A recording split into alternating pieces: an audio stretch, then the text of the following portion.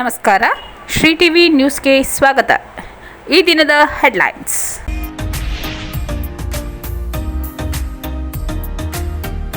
ಸಮರ್ಪಕವಾಗಿ ಕುಡಿಯುವ ನೀರು ಪೂರೈಸಲು ತುರ್ತು ಕ್ರಮ ವಹಿಸಿ ಜಿಲ್ಲಾ ಉಸ್ತುವಾರಿ ಸಚಿವರಾದ ಕೆ ವೆಂಕಟೇಶ್ ಸೂಚನೆ. ಮಲೆಮಹದೇಶ್ವರ ಬೆಟ್ಟದಲ್ಲಿ ಜಿಲ್ಲಾ ಉಸ್ತುವಾರಿ ಸಚಿವರಿಂದ ಅಭಿವೃದ್ಧಿ ಕಾಮಗಾರಿಗಳ ಪರಿಶೀಲನೆ. ಶೆಟ್ಟಳ್ಳಿ, ಕುರಟ್ಟಿ, ಹೊಸೂರು ಗ್ರಾಮ ಪಂಚಾಯಿತಿಗಳಿಗೆ ಜಿಲ್ಲಾ ಪಂಚಾಯತ್ ಸಿಒ ಮುನ್ನಾರೋ ದಿಢೀರ್ ಭೇಟಿ ಮತ್ತು ಕಾಮಗಾರಿಗಳ ಪರಿಶೀಲನೆ. ಬುಡಕಟ್ಟು ಜನರು ಆರೋಗ್ಯದ ಬಗ್ಗೆ ಹೆಚ್ಚಿನ ಕಾಳಜಿ ವಹಿಸಲು ಸಿವಿಲ್ ನ್ಯಾಯಾಧೀಶರಾದ ಈಶ್ವರ್ ಸಲಹೆ. ಬೇಸಿಗೆ ವೇಳೆ ಕುಡಿಯುವ ನೀರಿಗೆ ಮುಂಜಾಗ್ರತೆ ವಹಿಸಿ ಜಿಲ್ಲಾಧಿಕಾರಿ ಶ್ರೀರೂಪ ಸೂಚನೆ. ಸಫಾರಿ ಮುಂದುವರಿಸಲು ಪುಟ್ಟಮ್ಮ ಆಗ್ರಹ. ಸಫಾರಿ ಸ್ಥಗಿತ ವೇಳೆಯಲ್ಲೂ ಮಾನವ ಪ್ರಾಣಿ ಸಂಘರ್ಷ.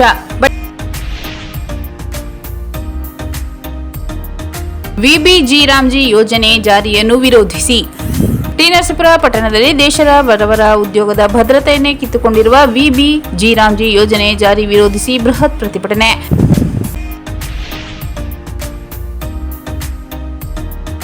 ಪಟ್ಟಣದ ಸಮಗ್ರ ಅಭಿವೃದ್ಧಿಗೆ ಎಲ್ಲರೂ ಸಹಕರಿಸಿ ಮುಖ್ಯಾಧಿಕಾರಿ.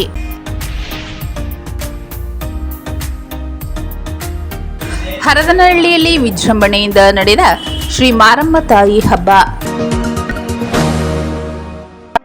ಸಮರ್ಪಕವಾಗಿ ಕುಡಿಯುವ ನೀರು ಪೂರೈಸಲು ತುರ್ತು ಕ್ರಮ ವಹಿಸಿ ಜಿಲ್ಲಾ ಉಸ್ತುವಾರಿ ಸಚಿವರಾದ ಕೆ ವೆಂಕಟೇಶ್ ಸೂಚನೆ. ಹನೂರು ತಾಲೂಕಿನ ಮಲೆಮಹದೇಶ್ವರ ಬೆಟ್ಟದ ನಾಗಮಲೆ ಭವನದಲ್ಲಿಂದು ಕುಡಿಯುವ ನೀರು, ಜಾನುವಾರುಗಳಿಗೆ ಮೇವಿನ ಲಭ್ಯತೆ ಹಾಗೂ ವಿಪತ್ತು ನಿರ್ವಹಣೆ ಸಂಬಂಧ ನಡೆದ ಸಭೆಯ ಅಧ್ಯಕ್ಷತೆ ವಹಿಸಿ ಮಾತನಾಡಿದ ಉಸ್ತುವಾರಿ ಸಚಿವರಾದ ಕೆ ವೆಂಕಟೇಶ್ ರವರು ಕುಡಿಯುವ ನೀರು ಸಮಸ್ಯೆ ಇರುವ ಗ್ರಾಮಗಳ ಕುರಿತು ಮಾಹಿತಿ ಪಡೆದ ಸಚಿವರು ಪ್ರಸ್ತುತ ಬೇಸಿಗೆ ಆರಂಭವಾಗಿದ್ದು ಸಮಸ್ಯಾತ್ಮಕ ಗ್ರಾಮಗಳೆಂದು ಗುರುತಿಸಿರುವ ಕಡೆ ಆದ್ಯತೆ ಮೇರೆಗೆ ನೀರು ಒದಗಿಸುವುದು ನಮ್ಮ ಜವಾಬ್ದಾರಿ. ಖಾಸಗಿ ಬೋರ್ವೆಲ್, ಟ್ಯಾಂಕರ್ ಸೇರಿದಂತೆ ಪರ್ಯಾಯ ವಿಧಾನಗಳ ಮೂಲಕ ಕುಡಿಯುವ ನೀರನ್ನು ಪೂರೈಸಬೇಕು. ಮನೆಗೆ ದಿನಬಳಕೆಗಾಗಿ ಅಗತ್ಯವಿರುವ ನೀರನ್ನು ಸಹ ಒದಗಿಸಬೇಕೆಂದರು. ಅಂತರ್ಜಲ ಹೆಚ್ಚಿರುವ ಕಡೆ ಕೊಳವೆ ಬಾವಿ ಇನ್ನಷ್ಟು ಆಳವಾಗಿ ಕೊರೆದು ಸಮಸ್ಯೆ ಬಗೆಹರಿಸಬೇಕು. ಅನುಷ್ಠಾನದಲ್ಲಿರುವ ಕುಡಿಯುವ ನೀರಿನ ಕಾಮಗಾರಿ ವಿಳಂಬ ಮಾಡದೆ ಪೂರ್ಣಗೊಳಿಸಬೇಕು. ನಗರ ಪಟ್ಟಣ ಪ್ರದೇಶದಲ್ಲಿ ಅಗತ್ಯಕ್ಕೆ ಅನುಗುಣವಾಗಿ ನೀರು ಸರಬರಾಜು ಮಾಡಬೇಕು. ಅಮೃತ್ 2 ಯೋಜನೆಯಡಿ ಚಾಮರಾಜನಗರ ಪಟ್ಟಣಕ್ಕೆ ನೀರು ಒದಗಿಸುವ ಯೋಜನೆ ಪ್ರಗತಿ ವೇಗವಾಗಿ ಆಗಬೇಕೆಂದು ನಿರ್ದೇಶನ ನೀಡಿದರು. ಈ ವೇಳೆ ಮಾತನಾಡಿದ ಶಾಸಕರಾದ ಎಂಆರ್ ಮಂಜುನಾಥ್, ಹನೂರು ಭಾಗದಲ್ಲಿ ಕುಡಿಯುವ ನೀರಿನ ಸಮಸ್ಯೆ ತೀವ್ರವಾಗಿದ್ದು ಪ್ರಸ್ತುತ 1.90 ಕೋಟಿ ರು ವೆಚ್ಚದ ಕುಡಿಯುವ ನೀರಿನ ಕಾಮಗಾರಿ ನಿರ್ವಹಿಸಲು ಅನುದಾನದ ಅಗತ್ಯವಿದೆ. ಅರಣ್ಯದಂಚಿನ ಗ್ರಾಮಗಳಲ್ಲಿ ಕೈಗೆತ್ತಿಕೊಳ್ಳಲಾಗಿರುವ ವಿದ್ಯುತ್ ಕಾಮಗಾರಿ ಮುಂದುವರಿಸಲು ಅರಣ್ಯ ಇಲಾಖೆಯಿಂದ ಯಾವುದೇ ಅಡಚಣೆಯಾಗಬಾರದೆಂದರು. ಜಿಲ್ಲಾಧಿಕಾರಿ ಶ್ರೀರೂಪ ಮಾತನಾಡಿ, ಬೇಸಿಗೆ ವೇಳೆಯಲ್ಲಿ ಕಾಡ್ಗಿಚ್ಚು, ಅಗ್ನಿಅನಾಹುತ ಸಂಭವಿಸದಂತೆ ಅರಣ್ಯ ಇಲಾಖೆ ಮುಂಜಾಗ್ರತಾ ಕ್ರಮ ತೆಗೆದುಕೊಳ್ಳಬೇಕು. ವಿಕೋಪ ಸಂದರ್ಭದಲ್ಲಿ ಅಧಿಕಾರಿ ಸಿಬ್ಬಂದಿ, ಅಗ್ನಿಶಾಮಕ ದಳ ಸನ್ನದ್ಧವಾಗಿರಬೇಕು. ನಗರ ಮತ್ತು ಪಟ್ಟಣ ಪ್ರದೇಶದಲ್ಲಿ ಕುಡಿಯುವ ನೀರಿನ ಬವಣೆ ನೀಗಿಸಲು ಪೂರಕವಾಗಿರುವ ಎಲ್ಲ ಕ್ರಮಗಳ ಅನುಷ್ಠಾನಕ್ಕೆ ಮುಂದಾಗಬೇಕೆಂದರು. ಜಿಲ್ಲಾ ಪಂಚಾಯತ್ ಸಿಇಒ ಮೊನಾರೋತ್ ಮಾತನಾಡಿ, ಕುಡಿಯುವ ನೀರಿನ ಸಮಸ್ಯೆ ನಿವಾರಣೆಗೆ 15ನೇ ಹಣಕಾಸು ಯೋಜನೆಯಡಿ ಸದ್ಬಳಕೆ ಆಗಬೇಕು. ತಾಲೂಕ್ ಪಂಚಾಯತ್ ಅಭಿವೃದ್ಧಿ ಅಧಿಕಾರಿಗಳು ನಿರಂತರ ಉಸ್ತುವಾರಿ ಮಾಡಿ ವಿಶೇಷವಾಗಿ ಬೇಸಿಗೆ ಸಂದರ್ಭದಲ್ಲಿ ಕುಡಿಯುವ ನೀರಿಗೆ ಸಮಸ್ಯೆಯಾಗದಂತೆ ನೋಡಿಕೊಳ್ಳಬೇಕೆಂದರು. ಹೆಚ್ಚುವರಿ ಜಿಲ್ಲಾಧಿಕಾರಿ ಟಿ ಜವರೇಗೌಡ, ಉಪವಿಭಾಗಾಧಿಕಾರಿ ದಿನೇಶ್ ಕುಮಾರ್ ಮೀನಾ, ತಹಸೀಲ್ದಾರ್ ಗಿರಿಜಾ, ಚೈತ್ರ ತನ್ಮಯ್, ಕುಡಿಯುವ ನೀರಿನ ನೈರ್ಮಲ್ಯ ವಿಭಾಗದ ಕಾರ್ಯಪಾಲಕ ಇಂಜಿನಿಯರ್ ಇಮ್ಯಾನ್ಯುಯಲ್ ಸಂತೋಷ್, ಲೋಕೋಪಯೋಗಿ ಇಲಾಖೆ ಕಾರ್ಯಪಾಲಕ ಇಂಜಿನಿಯರ್ ಕಿರಣ್, ಪಶುಸಂಗೋಪನಾ ಇಲಾಖೆ ಉಪನಿರ್ದೇಶಕ ಮಂಜುನಾಥ್, ತೋಟಗಾರಿಕಾ ಇಲಾಖೆ ಉಪನಿರ್ದೇಶಕ ಶಿವಪ್ರಸಾದ್, ಜಿಲ್ಲಾ ಆರೋಗ್ಯ ಮತ್ತು ಕುಟುಂಬ ಕಲ್ಯಾಣಾಧಿಕಾರಿ ಡಾಕ್ಟರ್ ಎಸ್ ಚಿದಂಬರ, ತಾಲೂಕ್ ಪಂಚಾಯಿತಿ ಕಾರ್ಯನಿರ್ವಾಹಕ ಅಧಿಕಾರಿ ಸೇರಿದಂತೆ ಇತರ ಇಲಾಖೆಗಳ ಅಧಿಕಾರಿಗಳು ಸಭೆಯಲ್ಲಿ ಉಪಸ್ಥಿತರಿದ್ದರು. ಮಲೆಮಹದೇಶ್ವರ ಬೆಟ್ಟದಲ್ಲಿ ಜಿಲ್ಲಾ ಉಸ್ತುವಾರಿ ಸಚಿವರಿಂದ ಅಭಿವೃದ್ಧಿ ಕಾಮಗಾರಿಗಳ ಪರಿಶೀಲನೆ. ಮಲೆಮಹದೇಶ್ವರ ಬೆಟ್ಟಕ್ಕೆ ಭೇಟಿ ನೀಡಿ ಮಲೆಮಹದೇಶ್ವರ ಸ್ವಾಮಿ ಕ್ಷೇತ್ರಾಭಿವೃದ್ಧಿ ಪ್ರಾಧಿಕಾರದ ವತಿಯಿಂದ ಭಕ್ತಾದಿಗಳ ಅನುಕೂಲಕ್ಕಾಗಿ ನಿರ್ಮಾಣ ಹಂತದಲ್ಲಿರುವ ವಿವಿಧ ಕಾಮಗಾರಿಗಳನ್ನು ಉಸ್ತುವಾರಿ ಸಚಿವರು ಪರಿಶೀಲಿಸಿದರು.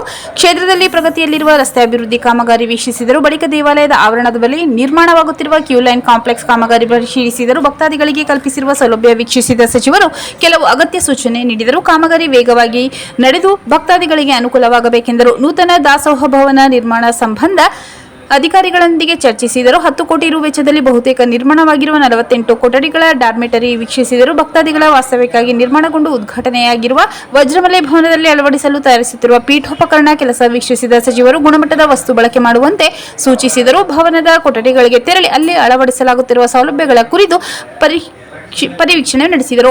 ಬಳಿಕ ದೀಪದ ಒಡ್ಡುವಿನಲ್ಲಿರುವ ಮಲೆಮಹದೇಶ್ವರ ಎತ್ತರದ ಪ್ರತಿಮೆ ಸ್ಥಳಕ್ಕೆ ಭೇಟಿ ನೀಡಿ ಅಲ್ಲಿ ನಿರ್ಮಾಣವಾಗುತ್ತಿರುವ ಗೇಬಿಯನ್ ವಾಲ್ ಕಾಮಗಾರಿ ಪರಿಶೀಲಿಸಿದರು. ಅಲ್ಲಿ ಆಗಬೇಕಾಗಿರುವ ಇನ್ನಷ್ಟು ಕಾಮಗಾರಿ ಸಂಬಂಧ ಅಧಿಕಾರಿಗಳಿಗೆ ಸೂಚನೆ ನೀಡಿದರು.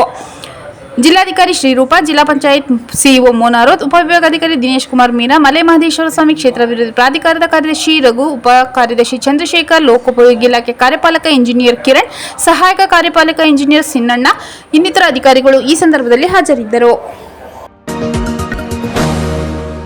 ಶೆಟ್ಟಳ್ಳಿ, ಕುರಟ್ಟಿ, ಹೊಸೂರು ಗ್ರಾಮ ಪಂಚಾಯಿತಿಗಳಿಗೆ ಜಿಲ್ಲಾ ಪಂಚಾಯತ್ ಸಿಒ ಮೋನಾರೋತ್ ದಿಢೀರ್ ಭೇಟಿ ಮತ್ತು ಕಾಮಗಾರಿಗಳ ಪರಿಶೀಲನೆ.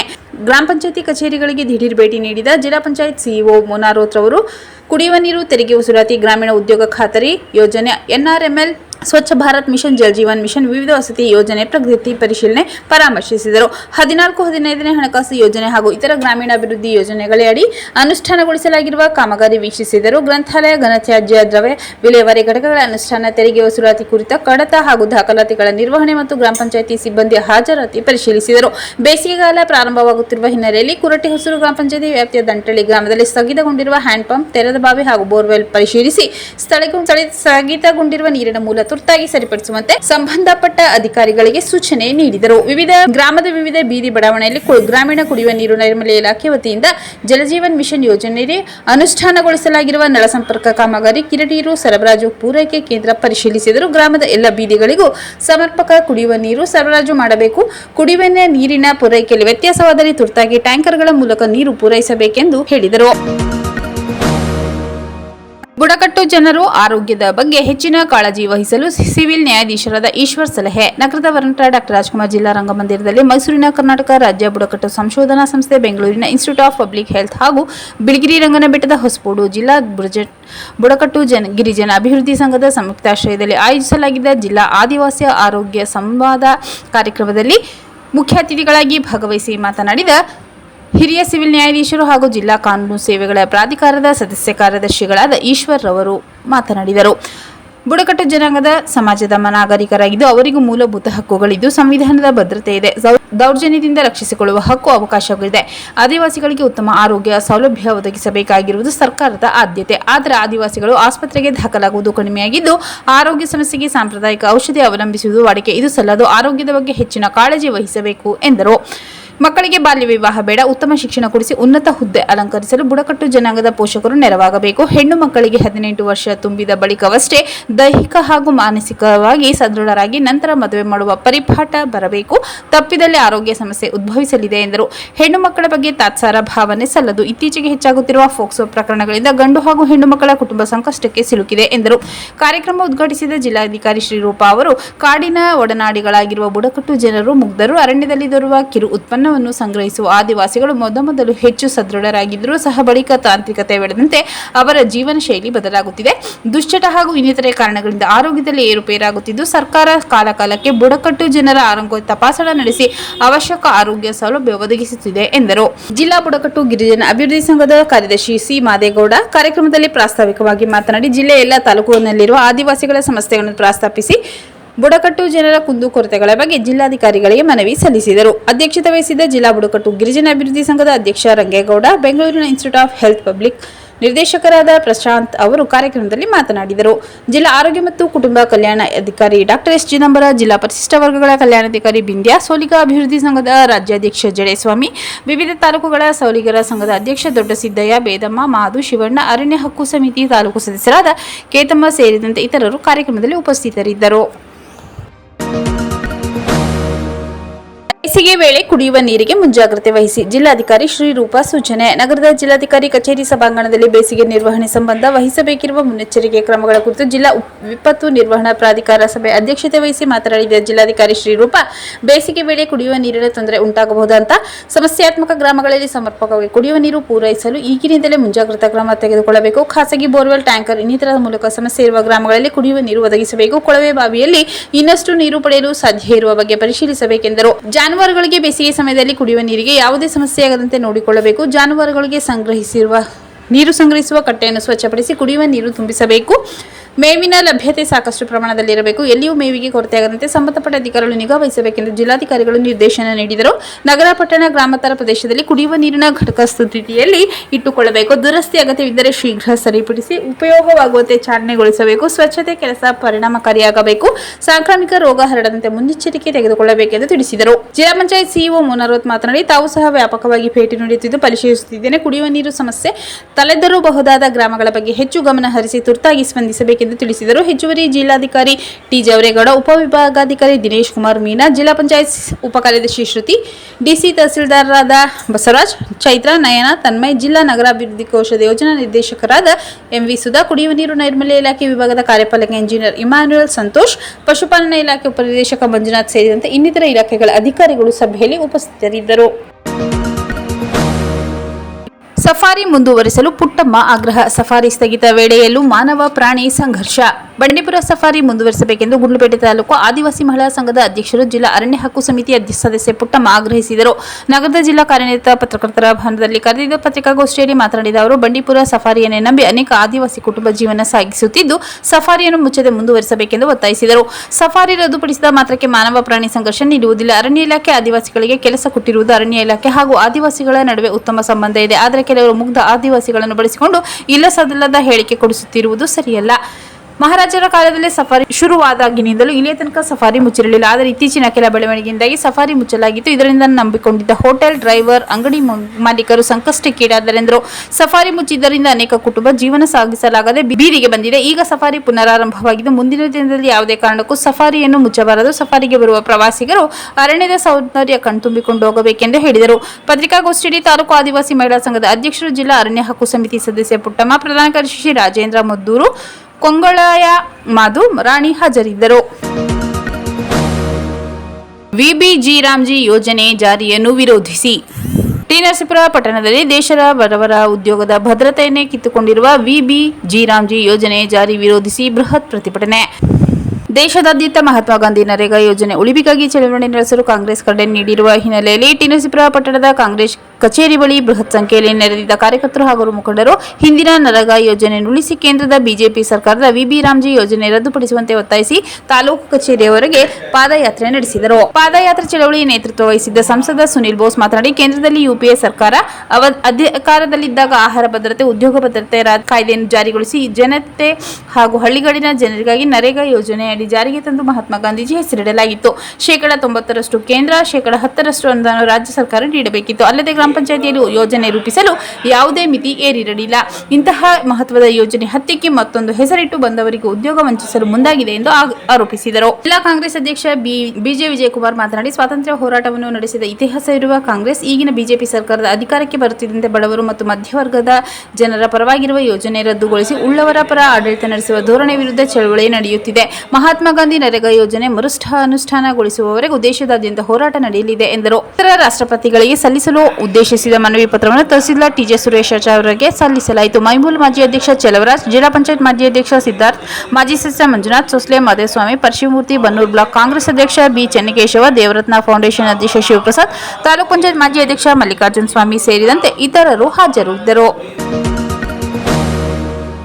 ಪಟ್ಟಣದ ಸಮಗ್ರ ಅಭಿವೃದ್ಧಿಗೆ ಎಲ್ಲರೂ ಸಹಕರಿಸಿ. ಮುಖ್ಯಾಧಿಕಾರಿ ಯಳಂದೂರು ಪಟ್ಟಣದ ಸಮಗ್ರ ಅಭಿವೃದ್ಧಿಯ ಹಿತದೃಷ್ಟಿಯಿಂದ ಎಲ್ಲರೂ ಪಟ್ಟಣ ಪಂಚಾಯಿತಿಯೊಂದಿಗೆ ಸಹಕರಿಸಬೇಕೆಂದು ಪಟ್ಟಣ ಪಂಚಾಯಿತಿ ಮುಖ್ಯಾಧಿಕಾರಿ ಎಂಪಿ ಮಹೇಶ್ ಕುಮಾರ್ ಕರೆ ನೀಡಿದರು. ಮಂಗಳವಾರ ಪಟ್ಟಣ ಪಂಚಾಯಿತಿ ಸಭಾಂಗಣದಲ್ಲಿ ಆಡಳಿತಾಧಿಕಾರಿ ತಹಸೀಲ್ದಾರ್ ಎಸ್ಎಲ್ ನಾಯ್ನ ಅವರ ನೇತೃತ್ವದಲ್ಲಿ ನಡೆದ ಪಟ್ಟಣ ಪಂಚಾಯಿತಿ ಬಜೆಟ್ನ ಪೂರ್ವಭಾವಿ ಸಭೆಯಲ್ಲಿ ಭಾಗವಹಿಸಿ ಮಾತನಾಡಿದ ಅವರು, ನಮ್ಮ ಪಂಚಾಯಿತಿ ಚಿಕ್ಕದಾಗಿದೆ, ಇಲ್ಲಿಗೆ ಆದಾಯದ ಮೂಲ ಕಡಿಮೆ ಇದೆ. ಇದನ್ನು ಹೆಚ್ಚಿಸುವ ನಿಟ್ಟಿನಲ್ಲಿ ಸದಸ್ಯರು, ಸಾರ್ವಜನಿಕರು ಸೂಕ್ತ ಸಲಹೆ ಸೂಚನೆ ನೀಡಬೇಕು. ಪಟ್ಟಣದಲ್ಲಿರುವ ಹಳೆಯ ಕಚೇರಿಯ ಕಟ್ಟಡದಲ್ಲಿ ಮಳಿಗೆಗಳ ನಿರ್ಮಾಣ, ಓವರ್ ಹೆಡ್ ಟ್ಯಾಂಕ್ ಇದ್ದ ಕಡೆ ಮಳಿಗೆ ನಿರ್ಮಾಣ, ಮಾರುಕಟ್ಟೆ ಅಭಿವೃದ್ಧಿ, ಸೂಕ್ತ ವಾಹನ ನಿಲುಗಡೆಗೆ ಸ್ಥಳಾವಕಾಶ, ದ್ವಿಪಥ ರಸ್ತೆಯಲ್ಲಿ ವಿದ್ಯುತ್ ಬಲ್ಬ ಅಳವಡಿಕೆ, ಪಾರ್ಕ್ ನಿರ್ಮಾಣ, ಈ ಸ್ವತ್ತು ಯೋಜನೆ ಖಾತೆ ಮಾಡಿಸಿಕೊಳ್ಳಲು ಸರ್ಕಾರ ತಂದಿರುವ ಹೊಸ ಮಾರ್ಗಸೂಚಿಗಳನ್ನು ಮನೆಗೆ ತಲುಪಿಸಿ ಇಲ್ಲಿಂದ ಆದಾಯ ಕ್ರೋಢೀಕರಿಸುವುದು, ಪಟ್ಟಣ ಪಂಚಾಯಿತಿ ವತಿಯಿಂದ ಸುಸಜ್ಜಿತ ನೂತನ ಹೋಟೆಲ್ ಕಟ್ಟಡ ನಿರ್ಮಾಣ ಸೇರಿದಂತೆ ಎಲ್ಲರೂ ಸಲಹೆ ಸೂಚನೆ ನೀಡಿದ್ದಾರೆ. ಇವೆಲ್ಲವನ್ನು ಪರಿಗಣಿಸಿ ಸರ್ಕಾರದಿಂದ ನಮಗೆ ಲಭಿಸುವ ಅನುದಾನಗಳ ಲಭ್ಯತೆ, ಅವುಗಳ ವಿನಿಯೋಗ, ಹೊಸ ಯೋಜನೆಗಳಿಗೆ ಬೇಕಾದ ಅನುದಾನಗಳ ಅಂದಾಜು ಪಟ್ಟಿ ತಯಾರಿಕೆ, ಪಂಚಾಯಿತಿಗೆ ಬರುವ ಆದಾಯ, ಹೊಸದಾಗಿ ಬರಬಹುದಾದ ಆದಾಯ ಮೂಲಗಳನ್ನು ಪಟ್ಟಿ ಮಾಡಿ ಬಜೆಟ್ ತಯಾರಿಸಿ ಪಟ್ಟಣದ ಅಭಿವೃದ್ಧಿಗೆ ಪೂರಕವಾಗಿರುವ ಬಜೆಟ್ ಮಂಡಿಸಲಾಗುವುದು ಎಂದರು. ಆಡಳಿತಾಧಿಕಾರಿ ಎಸ್ಎಲ್ ನಯನ ಮಾತನಾಡಿ, ಅನೇಕರು ಇಲ್ಲಿನ ಫುಟ್ಪಾತ್ ತೆರವು, ವಾಹನ ನಿಲ್ದಾಣಕ್ಕೆ ಸ್ಥಳಾವಕಾಶ, ದ್ವಿಚಕ್ರ ವಾಹನ, ಆಟೋ ನಿಲ್ದಾಣ ಕಸ ತೆರವುಗೊಳಿಸುವುದು ಸೇರಿದಂತೆ ಇನ್ನಿತರ ಅನೇಕ ಸಮಸ್ಯೆಗಳ ಬಗ್ಗೆ ಮಾಹಿತಿ ನೀಡಿದ್ದಾರೆ. ಇದನ್ನು ನಾನು ಖುದ್ದು ಪರಿಶೀಲಿಸಿ ಕ್ರಮ ವಹಿಸುವುದಾಗಿ ಭರವಸೆ ನೀಡಿದರು. ಪಟ್ಟಣ ಪಂಚಾಯಿತಿ ಮಾಜಿ ಸದಸ್ಯರಾದ ಮಹೇಶ್, ಭೀಮಪ್ಪ, ಉಮಾಶಂಕರ್, ಮನ್ವರ್ ಬೇಗ್, ಮುಖಂಡರಾದ ಮಹೇಶ್, ರೋಟರಿ ಅಧ್ಯಕ್ಷ ವೈಜಿ ನಿರಂಜನ್ ಸ್ವಾಮಿ, ರಾಜಶೇಖರ್, ಮಲ್ಲು, ಶಂಕರ್, ಇ ನಾಗೇಂದ್ರ, ಆರೋಗ್ಯ ನಿರೀಕ್ಷಕ ರಾಘವೇಂದ್ರ, ಜಯಲಕ್ಷ್ಮಿ, ಲಕ್ಷ್ಮಿ, ರೇಖಾ, ಮಲ್ಲಿಕಾರ್ಜುನ ಸೇರಿದಂತೆ ಇತರರು ಹಾಜರಿದ್ದರು. ಹರದನಹಳ್ಳಿಯಲ್ಲಿ ವಿಜೃಂಭಣೆಯಿಂದ ನಡೆದ ಶ್ರೀ ಮಾರಮ್ಮ ತಾಯಿ ಹಬ್ಬ. ಚಾಮರಾಜನಗರ ತಾಲೂಕಿನ ಹರದನಹಳ್ಳಿ ಗ್ರಾಮದಲ್ಲಿ ಈ ದಿನ ಬೆಳಗ್ಗೆ 10ರಿಂದ ಮಧ್ಯಾಹ್ನ 1:30ರವರೆಗೆ ಗ್ರಾಮದೇವತೆ ಶ್ರೀ ಮಾರಮ್ಮ ತಾಯಿ ದೇವರ ಹಬ್ಬ ವಿಜೃಂಭಣೆಯಿಂದ ನಡೆಯಿತು. ಹಬ್ಬದ ಸಿದ್ಧತೆಗಾಗಿ ಕೋಮವಾರು ಯಜಮಾನರು ಮತ್ತು ಗ್ರಾಮಸ್ಥರ ಸಹಕಾರದೊಂದಿಗೆ ಕಳೆದ 2 ದಿನಗಳಿಂದ ಶ್ರೀ ವಿನಾಯಕ ಭಕ್ತ ಮಂಡಳಿ ಸದಸ್ಯರು, ಸ್ವಾಮಿ ವಿವೇಕಾನಂದ ಪಾಠಶಾಲೆ ಮಕ್ಕಳು ಮತ್ತು ಸ್ವಯಂ ಸೇವಕರ ತಂಡದ ವತಿಯಿಂದ ದೇವಸ್ಥಾನದ ಆವರಣ, ಮಡೆ ಉಯ್ಯುವ ಸ್ಥಳ, ಮಂಟೇಸ್ವಾಮಿ ದೇವಸ್ಥಾನದ ಮುಂಭಾಗದಲ್ಲಿ ದೇವರ ಪೂಜೆ ನಡೆಯುವ ಸ್ಥಳ, ನಡಕಲ ಮಾರಮ್ಮ ದೇವರ ಸ್ಥಳದಲ್ಲಿ ಸ್ವಚ್ಛತೆ ಮಾಡಲಾಯಿತು. ಹಬ್ಬದ ಹಿಂದಿನ ದಿನ ರಾತ್ರಿ 12 ಗಂಟೆಯವರೆಗೆ ಅಲಂಕಾರ, ಹೂವಿನ ಅಲಂಕಾರ ವ್ಯವಸ್ಥೆ, ಮಾರಿಗುಡಿ ದೇವಸ್ಥಾನದಿಂದ ಕೋಟೆ ಬಾಗಿಲಿನವರೆಗೆ ರಸ್ತೆ ಎರಡು ಬದಿಗಳಲ್ಲಿ ಲೈಟಿಂಗ್ ವ್ಯವಸ್ಥೆ, ಮಡೆ ಹಾಕುವ ಸ್ಥಳದಲ್ಲಿ ನೀರು ಸಿಂಪಡಣೆ ಸೇರಿ ವಾತಾವರಣ ತಂಪುಗೊಳಿಸಲಾಯಿತು. ಗ್ರಾಮದ ಕೆಲಸಗಾರರ ತಂಡದ ನೇತೃತ್ವದಲ್ಲಿ ದಾನಿಗಳ ಸಹಕಾರದಿಂದ ದೇವಸ್ಥಾನಕ್ಕೆ ನೂತನ ಲೈಟಿಂಗ್ ತರಲಾಯಿತು. ಕೋಮವಾರು ಯಜಮಾನರು, ಗ್ರಾಮಸ್ಥರು, ಸ್ವಯಂ ಸೇವಕರ ತಂಡದೊಂದಿಗೆ ಹಬ್ಬವು ಶಾಂತ ರೀತಿಯಿಂದ ನಡೆದು ಮುಕ್ತಾಯವಾಯಿತು. ಮತ್ತೊಮ್ಮೆ ಮುಖ್ಯಾಂಶಗಳು.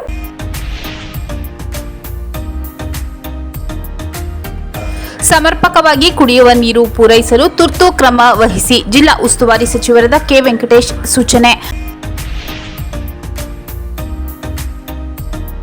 ಮಲೆಮಹದೇಶ್ವರ ಬೆಟ್ಟದಲ್ಲಿ ಜಿಲ್ಲಾ ಉಸ್ತುವಾರಿ ಸಚಿವರಿಂದ ಅಭಿವೃದ್ಧಿ ಕಾಮಗಾರಿಗಳ ಪರಿಶೀಲನೆ.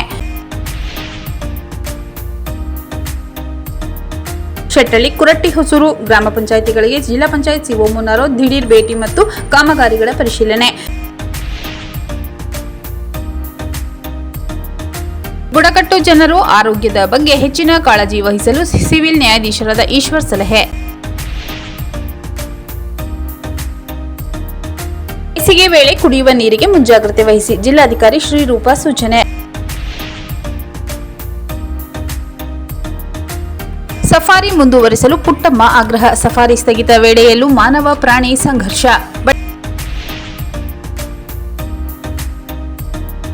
ವಿಬಿಜಿ ರಾಮ್ಜಿ ಯೋಜನೆ ಜಾರಿಯನ್ನು ವಿರೋಧಿಸಿ ಟಿ. ನರಸೀಪುರ ಪಟ್ಟಣದಲ್ಲಿ ದೇಶದ ಬಡವರ ಉದ್ಯೋಗದ ಭದ್ರತೆಯನ್ನೇ ಕಿತ್ತುಕೊಂಡಿರುವ ವಿಬಿಜಿ ರಾಮ್ಜಿ ಯೋಜನೆ ಜಾರಿ ವಿರೋಧಿಸಿ ಬೃಹತ್ ಪ್ರತಿಭಟನೆ.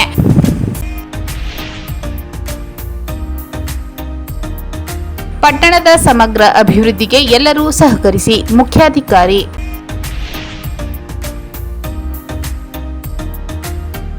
ಹರದನಹಳ್ಳಿಯಲ್ಲಿ ವಿಜೃಂಭಣೆಯಿಂದ ನಡೆದ ಶ್ರೀ ಮಾರಮ್ಮ ತಾಯಿ ಹಬ್ಬ.